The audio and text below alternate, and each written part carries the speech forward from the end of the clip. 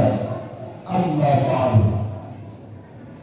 ويقولون اتقوا الله حق تقاته ولا تموتن إلا وأنتم مسلمون. وقال الله تعالى في كتابه الكريم وهو أصدق القائلين أعوذ بالله من الشيطان الرجيم بسم الله الرحمن الرحيم. وقال إني ذاهب إلى ربي سيهدي رب الحكيم الخالد فبشرناه بغلام حليم فلما بلغ معه السعي قال يا بني إني عرفت منامي أني أذبحك فانظر ماذا ترى قال يا أبت افعل ما تؤمر ستجدني إن شاء الله من الصابرين. الآية صدق الله العظيم وصدق رسوله الحبيب النبي الكريم ونحن على ذلك من الشاهدين والشاكرين والحمد لله رب العالمين. معاشر المسلمين جماعة صلاة الأضحى yang dirahmati oleh Allah Subhanahu wa taala. Pada hari yang mulia izinkan kami berwasiat kepada hadirin sekalian dan khususnya berkhutbah pribadi. Marilah sama-sama kita tingkatkan ketakwaan kita kepada Allah Subhanahu wa taala.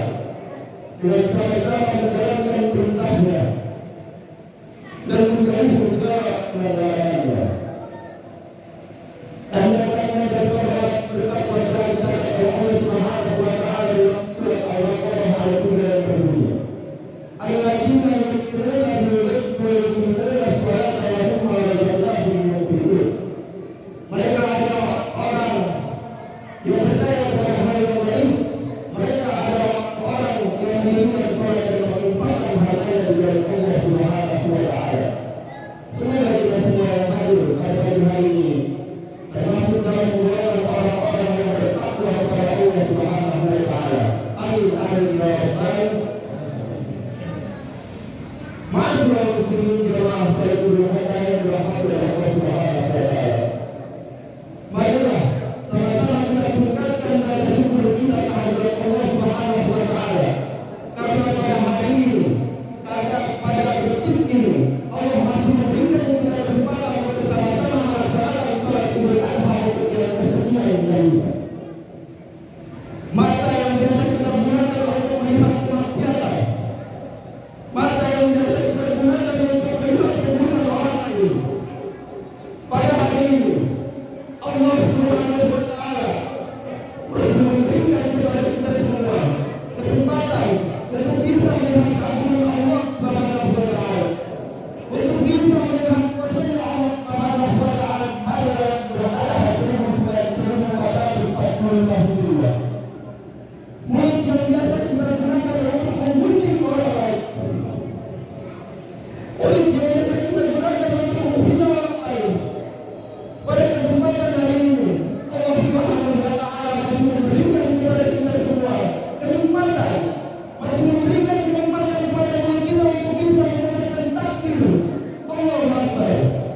Kalimat takbir bukan hanya kalimat yang sebagai kalimat, bukan hanya kalimat yang ingin mengindahkan hari Idul Adha, akan tetapi kalimat takbir menunjukkan bahwasanya kita sebagai manusia, kita sebagai hamba Allah adalah manusia yang amat sangat lemah dan amat sangat tidak berdaya, yang maha agung, yang maha kuasa, yang maha pengasih dan maha penyayang adalah Allah Subhanahu wa taala.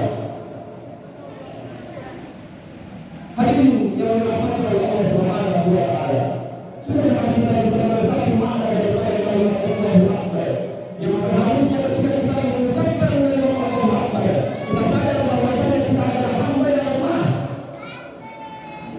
Tapi pada kenyataannya hadirin yang dirahmati oleh Allah Subhanahu wa taala, kita seakan kuat, kita seakan-akan tidak takut terhadap api neraka, kita seakan-akan tidak tahu bahwasanya Allah Subhanahu wa taala dan para malaikatnya mencatat amal kebaikan dan keburukan kita. Kita tahu salat lima waktu adalah kewajiban bagi seluruh makhluk, bagi seluruh yang muslim seluruh penjuru dunia. Akan tetapi kita lalai untuk menjalankannya. Dengan mudahnya kita meninggalkan